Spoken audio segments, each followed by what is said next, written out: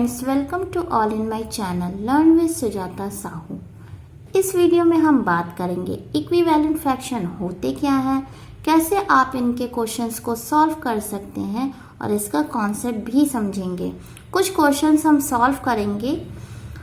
इससे प्रीवियस वाली वीडियो में हमने बात की थी कि अगर आपको वर्ड्स में कोई फ्रैक्शन दिया हो और आपको उसको फिगर फॉर्म में लिखना हो, और अगर कोई भी फ्रैक्शन फिगर फॉर्म में दिया गया हो, न्यूमरल्स में दिया हो, और आप उसको वर्ड्स में कैसे लिखेंगे। ठीक, तो आप मेरे वीडियो और मेरे चैनल पर विजिट कर सकते हो और वो वीडियो देख सकते हैं। Thank you. आज हम इस वीडियो में बात करेंगे इक्विवेलेंट फ्रैक्शन होते क्या हैं और कुछ क्वेश्चंस इससे रिलेटेड हम सॉल्व करेंगे। सबसे पहले इसका कॉन्सेप्ट समझते हैं। इक्विवेलेंट फ्रैक्शन, इक्विवेलेंट यानी equivalent means equal, equal means क्या होता है, बराबर। ठीक, in the collection given below 1/4 of each collection is shaded. यानी आपको यहाँ पे कुछ इमेजेस दी गई हैं जिसमें आप देख सकते हो हर जो इमेज है उसमें 4 चीज़ें शेडेड हैं। यहाँ पे भी शेड है, यहाँ पे भी 4 सर्किल शेड है और यहाँ पे भी 4 सर्किल शेड है। ठीक, the fraction represent by shaded portion of each collection is given under each figure. यानी ये जो वैल्यू जो इमेज दी गई है इसी को फ्रैक्शन फॉर्म में यहाँ लिखा गया, और ये जो वैल्यू दी गई है इसको यहाँ लिखा गया, और इस इमेज को इसका फ्रैक्शन यहाँ लिखा गया है। ठीक, we observe that shaded portion of figures are equal. हम ये कह सकते हैं कि ये जो शेडेड पोर्शन है सब में इक्वल है। ठीक, अब देखते हैं कैसे। यहाँ देखिए, यहाँ पे इस बॉक्स को 1 कंसिडर किया गया है, इसे 2 बॉक्स एंड इसे 3 और इसे 4। यानी ये जो एक बॉक्स में जो 4 सर्किल्स हैं इन्हें अलग अलग नहीं देखा गया, इसे एक बॉक्स माना गया है और इसे दूसरा और इसे थर्ड और इसे 4। ठीक, तो हमारे पास टोटल कितने बॉक्स हैं, 4। ठीक, अब उन्होंने कहा है कि इस एक बॉक्स में ये जो 4 सर्किल्स हैं वो शेडेड पार्ट है, इन्होंने इसको एक कंसिडर किया, तो आप कंफ्यूज मत होइएगा। ठीक, फिर यहाँ देखिए, यहाँ पे इन्होंने क्या कहा है, इस वाले पूरे बॉक्स को इन्होंने एक बॉक्स कंसिडर किया है। ठीक, इसे दूसरा बॉक्स माना है और इसे थर्ड बॉक्स एंड इसे 4, ये 5th बॉक्स है, ये 6th है, ये 7th बॉक्स है और ये 8। ठीक, अब कितने इसमें बॉक्सेस या फिर हम कह सकते हैं कितने रेक्टेंगल्स इसमें शेडेड हैं, कितने पार्ट, 1 और 2, तो यहाँ पे 2 लिखा गया। टोटल कितने हैं, 8, तो यहाँ पे 8 लिखा गया। ठीक, यानी देखिए यहाँ पर इस पूरे बॉक्स को इन्होंने एक माना था और यहाँ पे सिर्फ इतने पोर्शन को इन्होंने एक बॉक्स माना है। अब यहाँ देखिए, अब यहाँ और डिवाइड हो गया, यानी इन्होंने इस पूरे एक ब्लॉक को 1 कंसिडर किया है, इसे 2, इसी तरह ये 3, 4, ये 5, 6, 7, 8, 9, 10, 11, 12, 13, 14, 15, 16। ठीक, कितने पार्ट इसके शेडेड है, 1, 2, 3, 4, तो 4 यहाँ लिखा गया। टोटल कितने हैं, 16 है, तो 16 यहाँ लिखा गया। आई होप आपको ये चीज़ें समझ में आई होंगी। ठीक, अब देखिए, हमसे कहा गया है कि ये जो फ्रैक्शन दिए गए हैं इनसे रिलेटेड, इस इमेज का ये फ्रैक्शन है और ये है, ये तीनों इक्वल हैं। हमसे यही तो कहा गया यहाँ पे कि ये तीनों इक्वल हैं। ठीक, यहाँ देखिए, equal 1/4 is equals to 2/8 is equals to 4/16। ठीक, अब ये कैसे हम कहें कि ये इक्वल है, तो देखिए आगे आप फर्दर जब आप क्वेश्चन सॉल्व करेंगे तो आपको फ्रैक्शन फॉर्म दिया जाएगा और उसे आपको सिंपलेस्ट फॉर्म में चेंज करना होता है और रिड्यूस करना होता है, वो हम आगे सीखेंगे। ठीक, यहाँ पर देखिए, यहाँ पे इन्होंने कहा है कि 1/4 इसके बराबर है और 2/8 इसके बराबर है। ठीक, अब कैसे बराबर है ये मैं आपको बताती हूँ। यहाँ फर्स्ट क्या था हमारे पास, 1/4। ठीक है, यहाँ क्या लिखा है 2/8। अच्छा, अगर 2/8 है और मैं इसे डिवाइड करूँ, मैं क्या करूँगी, इसे डिवाइड करूँगी। 2 1 ज़ा 2, 2 4 ज़ा 8। ठीक, मैंने इसे डिवाइड किया और मेरे पास क्या वैल्यू आई 1/4, जो इसके इक्वल हो गई ना। ठीक, उसके बाद मैंने यहाँ पे 4 लिया है और अपॉन 16। अब अगर मैं 4 को डिवाइड करती हूँ, अगर मैं 2 से करती हूँ, 2 2 ज़ा 4, 2 8 ज़ा 16। हमें दोनों वैल्यू को एक ही नंबर से डिवाइड करना है। ठीक, और इस तरह से डिवाइड करना है कि दोनों कंप्लीटली डिवाइड हो जाए, कोई भी रिमाइंडर नहीं बचना चाहिए। अब देखिए 2/8 आया, 2 1 ज़ा 2, 2 4 ज़ा 8। ठीक, यानी यहाँ पे एट द लास्ट मेरे पास क्या वैल्यू आई 1/4। ठीक, अब यहाँ पे अगर मैं लिखूँ, यहाँ 1/4 is equals to 1/4 is equals to 1/4, तो क्या ये स्टेटमेंट गलत है? नहीं, ये स्टेटमेंट सही है। इसीलिए यहाँ पे कहा गया है कि 1/4 इसके इक्वल है और ये इसके इक्वल है। क्यों? क्योंकि जब आप इसे रिड्यूस करेंगे और इसे डिवाइड करेंगे तो हमारे पास एक जैसी वैल्यू आएगी, इसीलिए इसे इक्विवेलेंट फ्रैक्शन कहा जाता है। अब इससे रिलेटेड क्वेश्चंस हम सॉल्व करेंगे। आई होप आपको ये चीज़ें समझ में आई थी। मैंने बुक का यूज़ इसलिए किया है क्योंकि बुक से आपके कॉन्सेप्ट क्लियर होंगे, इमेजेस अच्छी मिलेंगी और हमें वैरायटीज ऑफ क्वेश्चंस मिल जाएंगे। यहाँ देखिए, right next 3 fraction equivalent to 1/3। ये इस तरीके के क्वेश्चंस आते हैं आपके एग्जाम में। यहाँ आपसे कहा गया है कि 1/3,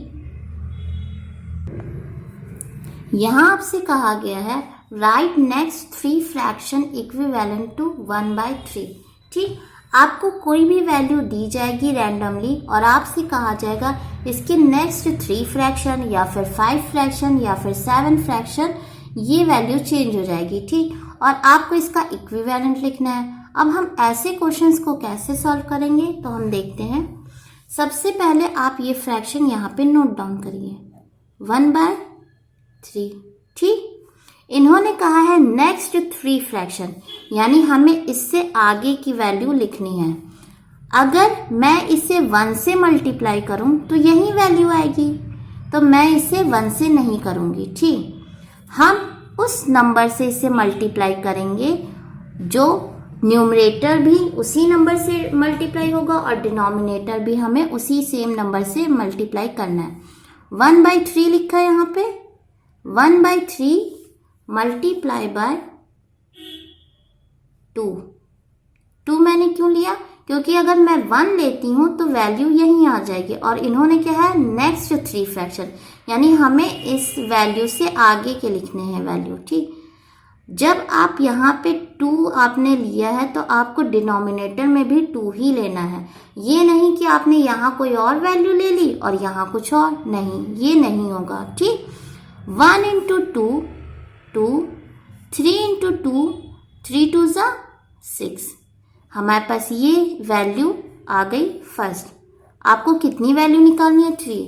अब देखिए ये क्वेश्चन बहुत इजी होते हैं, अगर आपको एक बार समझ में आ गया तो आप कुछ भी, मतलब इसमें जितनी भी वैल्यू आपसे पूछी जाएगी, अगर 7 पूछी गई, 9 पूछी गई, वैसे इतनी ज़्यादा पूछी नहीं जाती है, मैक्सिमम 5 तक के पूछते हैं। ठीक, अब 1/3, अब इसको हम 3 से मल्टीप्लाई करेंगे। जैसा कि मैंने बताया था 3 ऊपर लिखा है तो 3 हम नीचे भी लिखेंगे।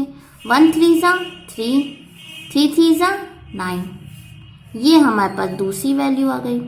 फिर 1/3 लिखना है और 4 से मल्टीप्लाई करेंगे।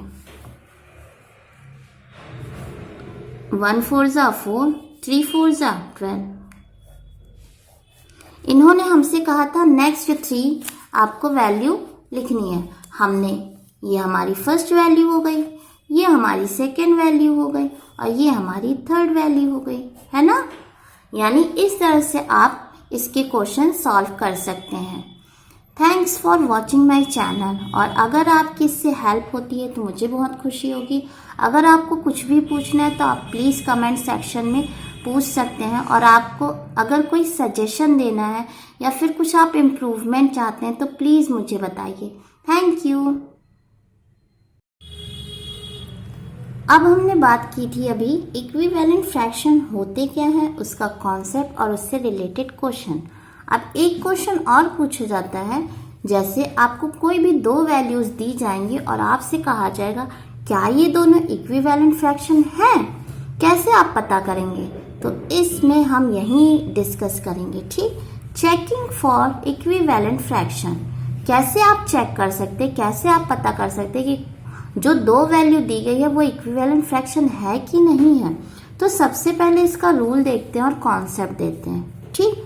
यहाँ मान लीजिए कोई वैल्यू दी जाए a/b is equal to c/d, ठीक। आप क्या करेंगे, इसे क्रॉस मल्टीप्लाई करेंगे। क्या करेंगे?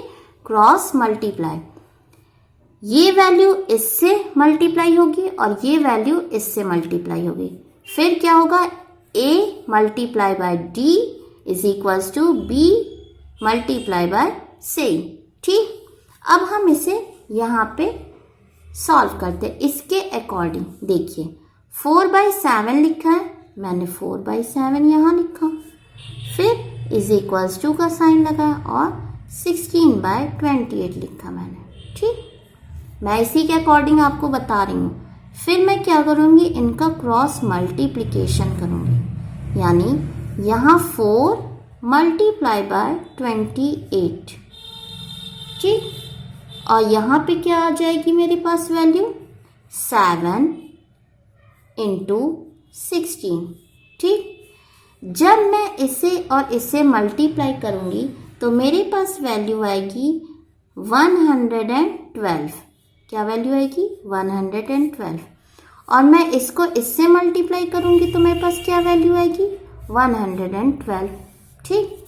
अब यहाँ देखिए, यहाँ पे भी वही वैल्यू है, यहाँ पे भी वैल्यू वही है, ठीक। इसका क्या मतलब है कि ये दोनों क्या है, इक्विवेलेंट है, ठीक। तो ये क्या हो जाएंगे आपके इक्विवेलेंट। अगर मान लीजिए यहाँ पे कुछ और वैल्यू आती और यहाँ कुछ और आती, तब आपका वो फ्रैक्शन इक्विवेलेंट नहीं होता। अब हम एक और क्वेश्चन देखते हैं। यहाँ क्या लिखा है, 2/5 and 12/31। मैंने यहाँ पे 2/5 लिखा और यहाँ लिखा मैंने 12/31। फिर मैं इसे क्या करूँगी, क्रॉस मल्टीप्लाई, ठीक। मैंने यहाँ 2 लिखा मल्टीप्लाई 31, फिर मैंने यहाँ 5 लिखा मल्टीप्लाई का सिंबल और 12 लिखा। जब मैं इसको इससे मल्टीप्लाई करूँगी, 2 1 जा 2,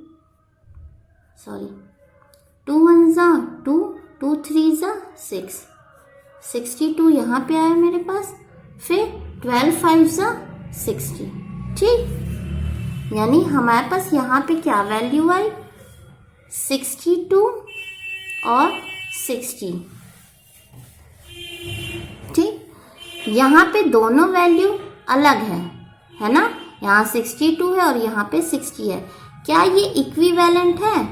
नो, ये इक्विवेलेंट नहीं है। अगर यहाँ पे दोनों वैल्यू एक जैसी आती तब हम कह सकते थे वो इक्विवेलेंट है, लेकिन दोनों वैल्यू अलग अलग है तो हमारा ये फ्रैक्शन जो भी हमें दिया गया था वो इक्विवेलेंट नहीं है। तो आप लिखेंगे no, it is not an equivalent fraction, ठीक।